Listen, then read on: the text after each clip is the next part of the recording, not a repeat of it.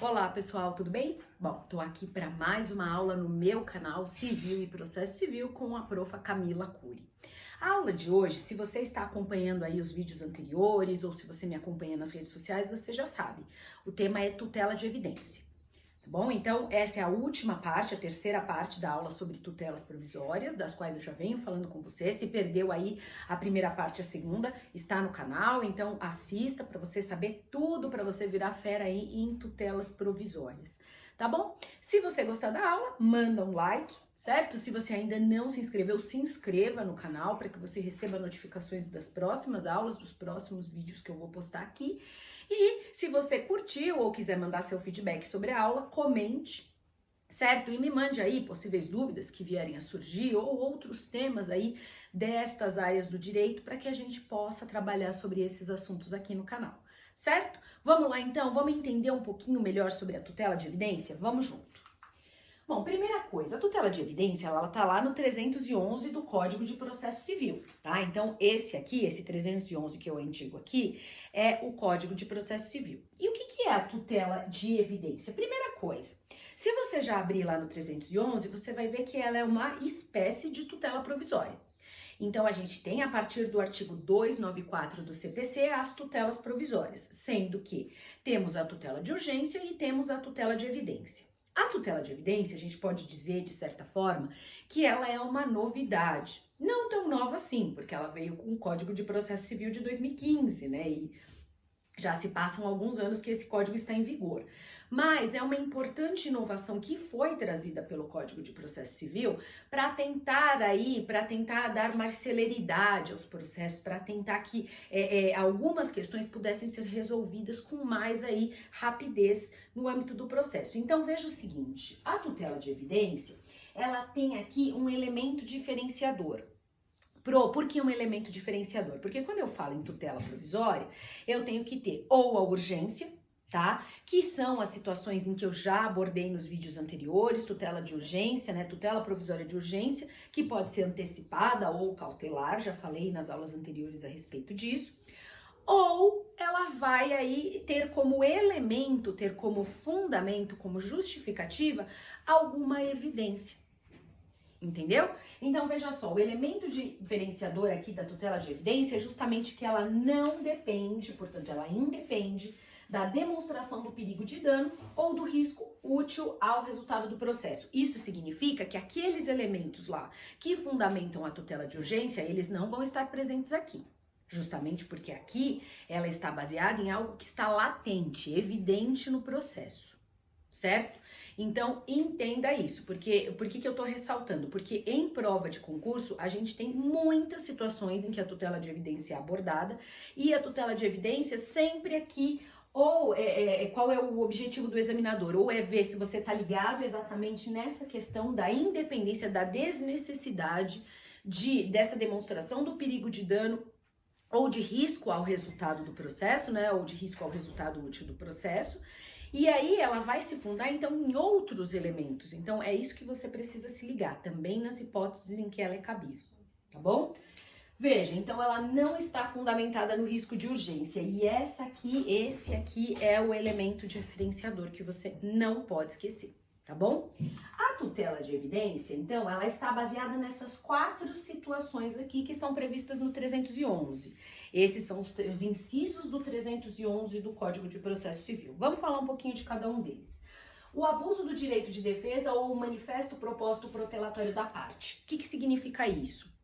Um processo que está lá se desenvolvendo, né? E o juiz, de alguma forma, né? Ou melhor, o autor vai demonstrar ao juiz que ou o réu não tem uma defesa consistente, ele apenas está tentando protelar ali para que demore mais, para que se tenha uma decisão de mérito, certo? Ou ainda que o réu está abusando do seu direito de defesa, está ali interpondo recursos de forma injustificada, recursos que não têm um fundamento. Ou seja, o réu, aqui a gente fala no processo, né, quer ganhar tempo, né? E numa situação como essa, se o autor consegue demonstrar isso ao juiz, então vamos pensar que o réu, ele tá ali interpondo agravo, tem alguma situação no processo que ele está tentando tumultuar, ele está abusando do seu direito de defesa, ou ele está buscando aí interpor recurso para protelar. Então, sai uma decisão do juiz, ele interpõe, ele apresenta embargos declaratórios, depois ele interpõe agravo de instrumento, enfim, fica nítido esse propósito de ganhar tempo.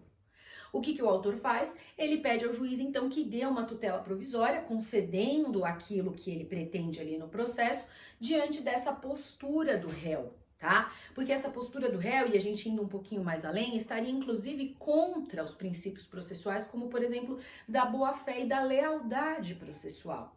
Tá? Daqueles princípios, daqueles deveres ali das partes de agirem ali com boa fé, com lealdade, não ficarem ali trazendo propósitos apenas para ganhar tempo, tá? Então essa é a primeira hipótese. Segunda hipótese, tá aqui.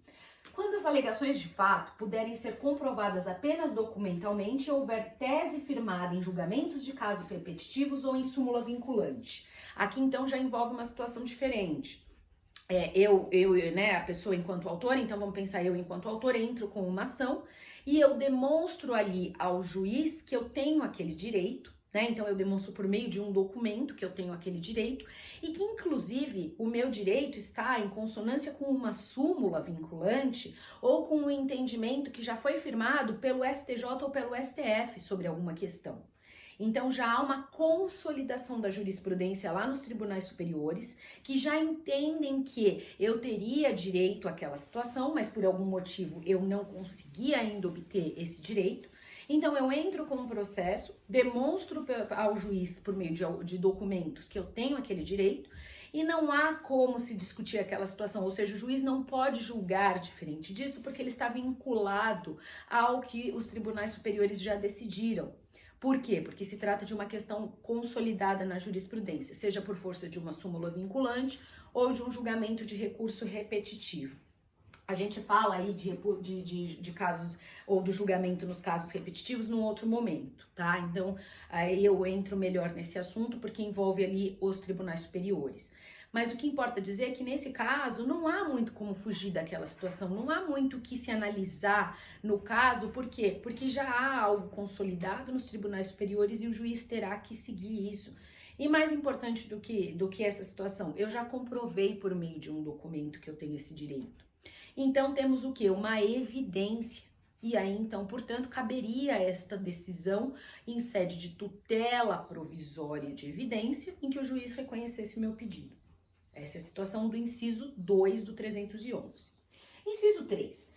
Quando se tratar de pedido reipersecutório fundado em prova documental adequada do contrato de depósito. Aqui é uma situação mais peculiar, em que envolve uma situação em que há um contrato de depósito, então por força de um contrato de depósito existe um bem, é nomeado um depositário em relação a esse bem, tá? E esse depositário não é o dono do bem, não é o proprietário, ele é alguém que vai ter que cuidar deste bem ali, porque é um bem que judicialmente há alguma discussão em relação a ele.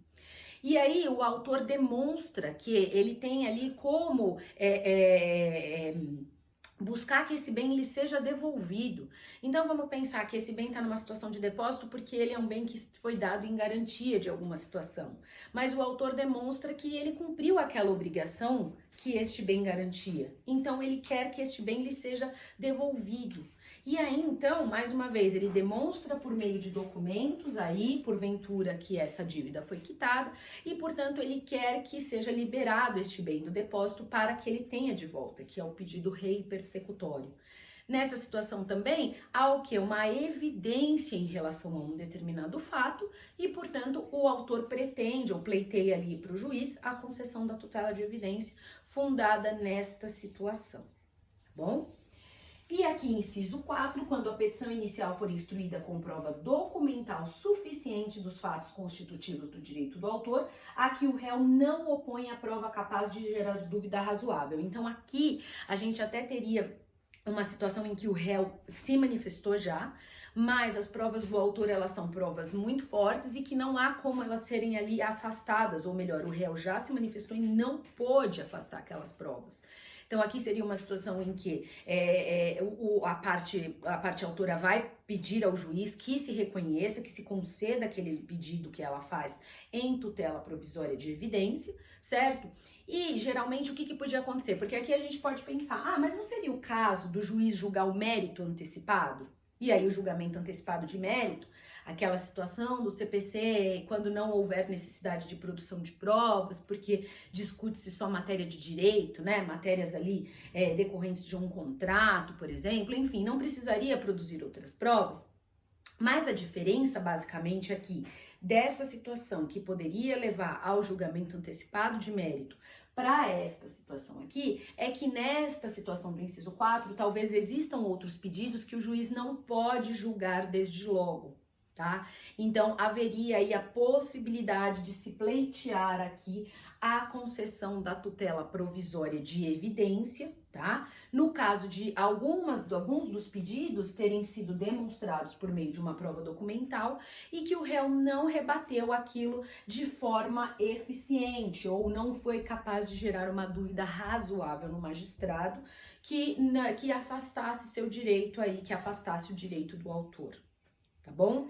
Então, veja, as 4 situações que eu te trago aqui nesse slide, elas são situações que destacam o fator evidência, tá? Elas são situações, portanto, que destacam aí um elemento que está ali gritante no processo, envolvido numa dessas 4 situações, e que, portanto, merecem aí, fazem jus à concessão dessa tutela de evidência. Então, só para a gente fechar, a tutela de evidência ela é mais simples do que a tutela de urgência, mais simples entre aspas, né? Porque ela tem que se adequar a uma dessas 4 situações, não dependendo, porém, daquela situação ali de comprovar os elementos da urgência.